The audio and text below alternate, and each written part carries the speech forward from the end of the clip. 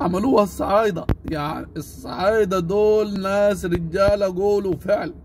يعني حجزنا القطر ودفعنا لكم وجبات وبسطرمة وطماطم وخيار ولانشون وجبنة بيضة ووديناكم على حسابنا وجيناكم مع يعني تقريبا نص مليون ولا مليون تكليف من الخزيني، والراجل حاجز على مش عارفين ان نقبضوا الموظفين.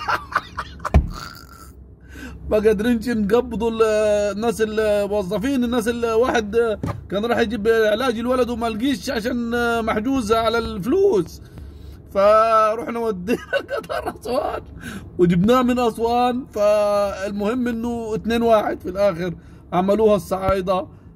مبروك يعني الصعايده بصراحه، ما تورطوناش مع الصعايده يعني، تخلونا الصعايده بقى لو فازوا 2-1.